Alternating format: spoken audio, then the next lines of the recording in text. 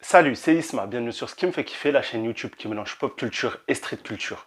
On se retrouve aujourd'hui pour la review de l'épisode 10 de Andor, la série Star Wars du moment. On est au 10e épisode, que s'est-il passé? On va voir ça tout de suite. Avant tout, commente, like, partage, aide la chaîne à grandir. Je t'invite à aller dans la description, j'ai quelques copains youtubeurs dont tu dois également t'abonner si ce n'est pas encore fait. Et du coup, maintenant, on attaque tout de suite la review de cet épisode 10 de Star Wars. Alors, on a laissé notre bon vieux Cassian Andor dans la prison de Rakina 5 avec tous ces détenus dans cette prison, comme j'ai dit auparavant, qui ressemblaient un peu à ce qu'avait fait le MCU avec le Raft, une prison aquatique avec d'énormes secteurs, voilà, qui est considéré pour les prisonniers comme une usine, car le but est de travailler quotidiennement et de construire un maximum de pièces pour l'Empire. Et du coup, c'est une prison avec très peu de gardes, mais avec un système de sécurité vraiment élaboré, car au moindre moment, les gardiens peuvent électrifier tout le sol et du coup paralyser ou mettre KO temporairement ou tuer définitivement tous les prisonniers. Sauf, bien sûr, les gardiens qui ont des bottes avec un matériau spécifique et du coup qui sont isolés à cette décharge au sol. Donc voilà, on a tous ces enjeux de prison. Voilà. On a également découvert que il n'y avait plus de sortie de prison.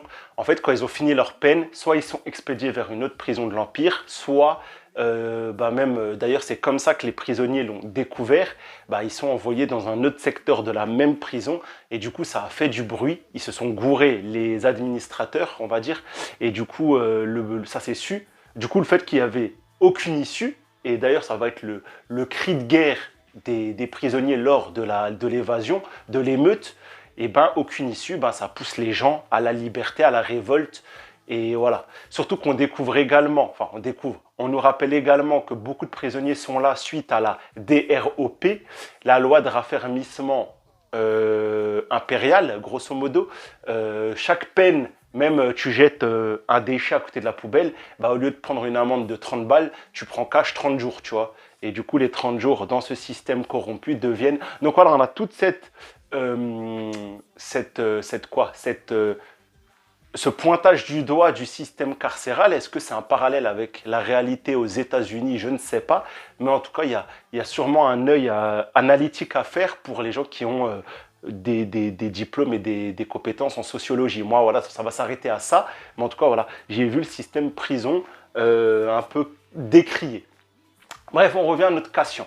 Du coup, c'est le jour J. Ils savent qu'ils peuvent mourir d'un jour à l'autre. Il suffit qu'ils se révoltent, qu'ils parlent un peu mal ou quoi. Maintenant qu'ils savent qu'il n'y a plus d'issue, il faut saisir la chance le jour J, car un nouveau prisonnier arrive pour remplacer Olaf, le petit papy qui est mort l'épisode précédent. Et du coup, tout repose sur l'arrivée des prisonniers par l'ascenseur, car on arrive dans les gros hangars de, de manutention via les ascenseurs. Et du coup, c'est à ce moment-là que ça commence. Il faut s'emparer des deux gardes, les neutraliser, prendre les armes. Donc, on va avoir un épisode riche en action. Franchement, bien. Cassian Andor n'est pas plus important que les autres. Chaque personnage qu'on a survolé, parce que je ne peux pas vraiment dire qu'on les a approfondis, mais j'ai suffisamment vu ces personnages pour avoir une certaine attache. Ça, c'est la force de la série. Car oui, la série a énormément de force. C'est une très bonne série, je le replace à ce moment-là. Et du coup, l'action, la tension, tout ça va être bien maintenu jusqu'à la fin s'ils vont réussir, même si j'avais pas réellement de doute. Tu vois, je fais un comparatif par exemple avec 2004-2006 Prison Break. À la fin de la saison 1, je n'étais pas certain que Michael allait réussir à sortir de Fox River, mais on était à une autre époque. Les séries... Prison Break est plus une série qui a créé un peu voilà, les séries d'aujourd'hui. Du coup, à l'époque, on pouvait avoir des rebondissements de ouf. On n'était pas sûr que le gentil allait gagner, tout ça. Là où aujourd'hui, quasiment 18 ans après, on sait forcément que Cassian sera vivant. D'une part, parce qu'on a eu Rogue One qui se passe après. Et aussi parce que, généralement, hormis les séries dingues comme Walking Dead et GOT, les gentils meurent. Du coup, Kinoloy, le bon Renoir, l'autre mec avec sa moustache, tous là, ils vont se rebeller, ils vont s'échapper, voilà. Donc, ils vont se répandre dans toute la prison par des stratagèmes, par des combats, voilà, un moment, pour faire tomber les mecs des ascenseurs, ils vont jeter les outils sur le gars en mode Indifada, tu vois. Bon, je fais un peu de politique, mais en tout cas, voilà, ça m'a fait penser vraiment à ce qu'on peut voir dans notre monde du côté du Moyen-Orient. Euh, on a des trucs vraiment cool. Ensuite, Kinoloy qui fait son discours de rébellion. Voilà, Kinoloy, leader né. Du coup, il continue à révolter. Kinoloy, c'est grâce... Parce qu'au début, c'est que le secteur 2 ou 4, je ne sais plus c'est quel le leur, qui se révolte. Et ensuite, c'est grâce au discours de Kinoloy que chaque secteur va se rebeller, tu vois. C'est vrai que à l'aide de Cassian et le secteur de départ, là où a pris le feu de la révolte, ils ont éteint le courant, ils ont cassé le truc de l'électrification, tout ça. Mais ensuite, les autres secteurs, ils se sont levés et toute la prison est rentrée en guerre. 5000 hommes contre une cinquantaine de gardes, quasiment. Qu'est-ce que tu veux faire? Donc, c'est bon, c'était acquis. Surtout qu'on pouvait, comme s'y attendre, aucun renfort de l'Empire. L'Empire est bien loin de tout ça. Au final, c'est presque des prisons privées, comme on a la police privée en début dans l'arc de Férix. Et on va finir avec cette scène magistrale, voilà, où on aura tous les détenus qui vont sauter dans la mer en mode peu importe ce qui se passe, au moins on est libre et on est dans l'eau. Et du coup, on ne connaissait pas trop les différents aspects de cette planète. Et il s'avère qu'il y a des continents et des terres. Moi, je ne savais pas, tu vois, je pensais que c'était une planète full aquatique. Et ben, ils vont rejoindre à la nage, donc sacré. À mon avis, c'est tous les descendants de Alain Bernard ou de Phelps. Mais en tout cas, ils sont très forts. Ils ont rejoint le continent à la nage. Ça va être dommage, on ne sait pas ce qui va devenir justement de notre bon Kinoloy, Andy Serkis, car il nous révèle à la fin, avant de sauter, qu'il ne sait pas nager. Donc, est-ce qu'il a joué le tout pour le tout? Il a sauté et advienne que pourra? Ou est-ce qu'il est resté là? On le redécouvrira en saison 2 en mode « tu m'as laissé dans la prison et il s'est passé ceci, cela ». On ne peut pas trop savoir à ce moment-là, mais en tout cas, j'espère qu'il va bien, qu'il est vivant, parce que je me suis relativement attaché à ce grincheux qui est fort sympathique, mine de rien. Donc voilà pour la prison. Cassian est enfin évadé. Voilà, donc ça c'est réglé. Pour la suite de Cassian, je ne sais pas. On va sûrement avoir une petite ellipse entre l'arc de Rakina 5 et la suite. Maintenant, il faut qu'il rejoigne plutôt une petite ville, tout ça, surtout qu'il est encore connu comme Kiss Bergo. Donc voilà, où va-t-on avec tout ça? Il n'y aura que les épisodes 11 et 12 qui pourront nous le dire. Cependant, dans cet épisode, on a eu également Mon Mothma, voilà, qui rencontre le banquier un peu véreux dont nous a parlé Tekolma, le banquier de Chandrila. Donc on a tous des délires chandriliens. Les Chandriliens qui me font beaucoup penser également. Je parlais de Cyril et de sa maman qui me faisaient penser à une culture soit méditerranéenne, soit gitane, sans péjoration, hein, sans côté péjoratif. Hein, voilà, c'est une communauté que j'apprécie beaucoup.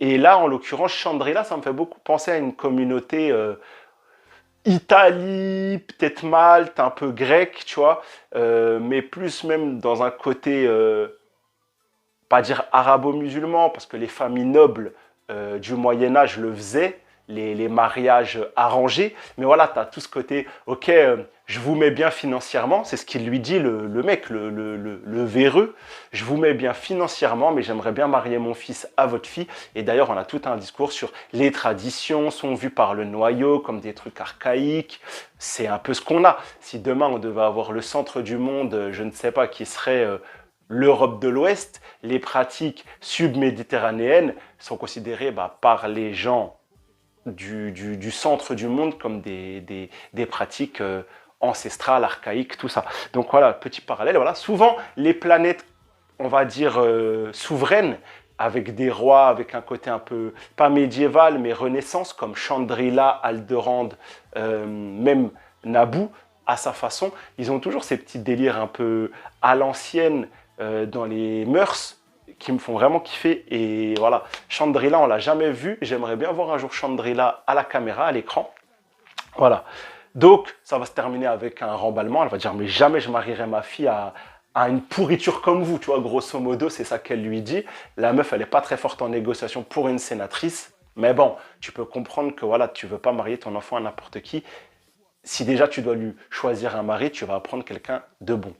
Du coup, c'est pas dit quel est son argent, son oseille. On a également, on découvre que l'un des mecs du BSI, c'est un infiltré, c'est une taupe, voilà, placé par notre bon vieux Luten Raen. D'ailleurs, on a un rendez-vous vraiment arrangé en mode ascenseur, tout ça, 50e étage, 5 millième étage d'une tour de Coruscant, truc un peu à la underground, tout ça, c'était pas mal. Il se parle dans l'ascenseur, ah, votre fille, elle est jolie, nanana. Donc, Luten est un mec qui peut menacer les enfants des autres, donc ce n'est pas non plus un enfant de cœur. On nous montre vraiment le mauvais visage de la rébellion, on nous le montre encore une fois. Du coup, une fois qu'ils se voient, le gars il dit bah, j'ai ma fille, ça fait 5 ans, je bosse pour vous, je gravis les échelons du BSI pour vous communiquer des infos et leur donner des mauvaises pistes. Du coup là, j'aimerais sortir de tout ça. Luten il lâche un super speech sur qu'est-ce qu'il a sacrifié, parce que le gars il dit ouais j'ai sacrifié ça, ça, ça, et Luten il se lâche, il dit mais moi j'ai sacrifié encore plus que toi. Et tu vois, c'était franchement top dialogue de la série pour l'instant, je crois. Franchement, en plus avec les traits de l'acteur de Monsieur Gibbs, tout ça, de Sasgard, j'ai encore pas son prénom, mais voilà. C'était vraiment très très stylé. Tu vois que le mec peut être soit très mauvais, soit très dur, et qu'il a dit, il a sacrifié son cœur, il a tué son âme, il a sacrifié ses sentiments pour la cause. Je pense toujours que Luten Raen est soit le père de Veil, donc l'oncle de Mon Mothma. Bon, on n'a pas trop de trucs qui vont dans ce sens. Bon, on a quand même eu dans l'épisode précédent le gros rapprochement entre Veil et Mon Mothma. Mais là, je suis plus certain que voilà. Mais je pense que ça se peut, parce que je me rappelle la conversation de l'épisode 4 entre Luten et Veil. Voilà, je parle comme ça à ma fille. Je parle pas comme ça à quelqu'un d'autre, tu vois. Même si c'est mon subordonné. Scène au BSI, pas trop de Dédra dans cet épisode, Dédra Miro un peu absente, Cyril un peu absent, mais l'épisode, voilà, très fluide, très riche, la tension bonne. On a toujours cette prise de parti d'avoir vraiment une répartition des segments, des différents arcs. Voilà, on aura 80% de Andorre en prison, un petit 10% en milieu à la fin. Voilà, Mon Mothma et Luten. Et voilà, tu vois, l'épisode, il est comme ça. Alors, c'est pas équilibré dans la narration, mais la série s'appelle quand même Cassian Andor, même si on voit des choses qui gravitent autour de tout ça. C'est normal qu'on reste focus sur le personnage principal, donc ça ne me dérange pas. Maintenant, voilà, je pense, bon, on a toujours Bix qui est surveillé, le BSI qui se rapproche de Cassian et de l'Axe, parce que c'était quand même ça qui était venu révéler Loni, il s'appelle Loni Miskin, il s'appelle Loni, à Luten, donc que l'Axe est en train de se faire... Et lui, il est content, hein, le Luten, il dit « Ah, bien, ils commencent à me craindre, ils savent qu'il y a quelque chose qui s'organise, donc ils sont pas bien. » Le BSI, lui, il est toujours avec ce fameux Ando Krieger qui ne me dit rien dans les légendes. Si quelqu'un a des infos pour compléter mes connaissances, dites-le moi, ça m'intéresse. Sûrement qui vient de quelque part. Hein. Rares sont les personnages intégrés qui n'ont pas une origine complète ou partielle dans les légendes. En tout cas, voilà, très bon épisode. Alors, mon bémol pour finir, c'est que je m'attendais peut-être encore à mieux. Alors, j'étais un peu en dessous de mes attentes en termes d'action et d'intensité. Ça ne veut pas dire que c'était pas bien. Ça veut dire que, ouais, j'ai comparé ça avec Prison Break. Et il n'y aura jamais mieux en termes d'intensité, d'action, de tension que le final de Prison Break saison 1, je pense. En série, en tout cas. Voilà, les amis. On attend la suite de Andorre. Je vous propose sur la chaîne en ce moment beaucoup de shorts. Voilà. Pour que je puisse un peu me reposer. Les shorts, ça met moins de temps et surtout, je peux vous parler surtout de tout ce que je visionne en ce moment sur Netflix parce que Netflix, je ponce à mort. Là, j'ai fini Manifest saison 4. Allez voir le petit short.